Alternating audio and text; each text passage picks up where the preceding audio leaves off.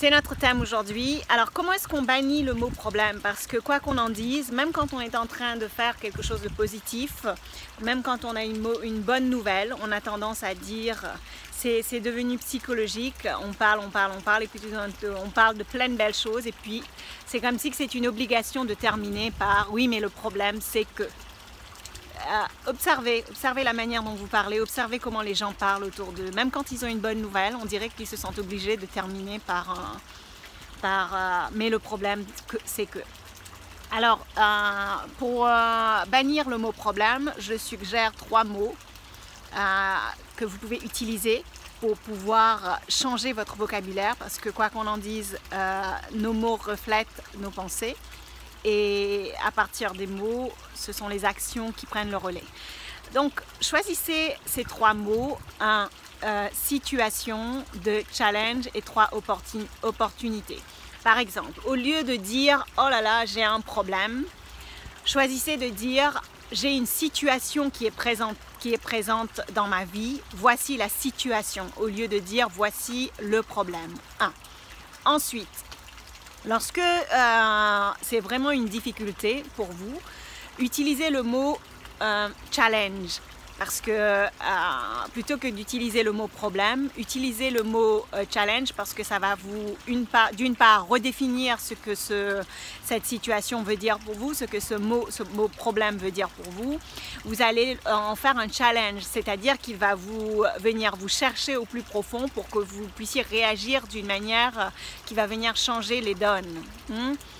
Ensuite, opportunité. Voyez dans chaque problème une opportunité. Comment est-ce qu'on peut faire ça? Voir dans chaque problème une opportunité, c'est essayer de voir ce que le problème est en train de vous dire, vous voyez, ne pas se laisser attraper par la situation dans laquelle vous êtes, dans le problème dans lequel vous êtes. Vraiment écoutez le problème et voyez comment est-ce que le fait que cette nouvelle situation, ce problème dans votre vie est en train de vous réorienter, vous rediriger votre vie. Donc, je considère effectivement que ce qu'on appelle régulièrement problème, ou plus généralement problème, c'est une opportunité, c'est un challenge et c'est une situation. Qu'est-ce que vous en pensez? Je vais bien sûr vous lire après ce live. N'hésitez pas à me partager votre avis. Comment est-ce que vous gérez ce mot? Est-ce que vous utilisez le mot problème couramment? Est-ce que c'est quelque chose que vous avez banni dans votre vie? Moi en tout cas, je sais que quand je parle, au moment où je vais dire le mot problème, je réfléchis, j'ai une microseconde de réflexion.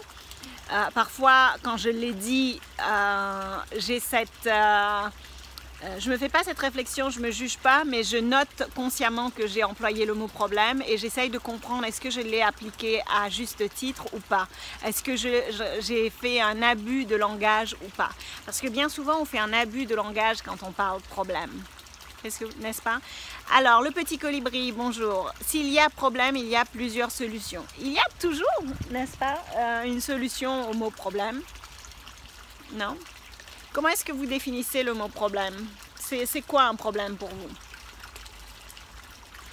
Je considère que le problème en soi,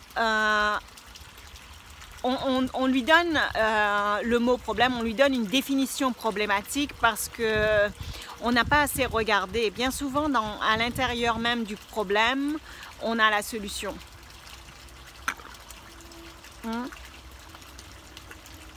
Et par ailleurs, il y a une citation de Albert Einstein qui indique en gros, je ne suis pas en train de le citer, mais je suis en train de l'expliquer. Il dit notamment que si on veut pouvoir comprendre un problème, il faut se situer à un autre niveau que le problème. Généralement, c'est au-dessus. Lorsque le problème est là, il faut se placer là pour qu'on puisse avoir une vue. Regardez, par exemple, ne serait-ce que mon verre. Imaginez que je pense que c'est un problème. Si je le mets là, je ne peux pas voir. Je ne vois qu'une petite phase. Par contre, si je le mets là, je vois mieux. Et si je le mets là, je vois, parce que je suis au-dessus, je vois mieux. C'est exactement pour votre problème. C'est exactement la même chose. Alors, Sinon, cela ne s'appellerait problème, elle a une connotation négative. C'est vrai que dans le mot problème, on a la connotation. Oh là là, il y a un hélicoptère qui vient me chercher là. Non, c'est un avion. Je vais attendre qu'il passe avant de pouvoir parler parce que sinon ça va être cacophonique. Voilà, il est parti.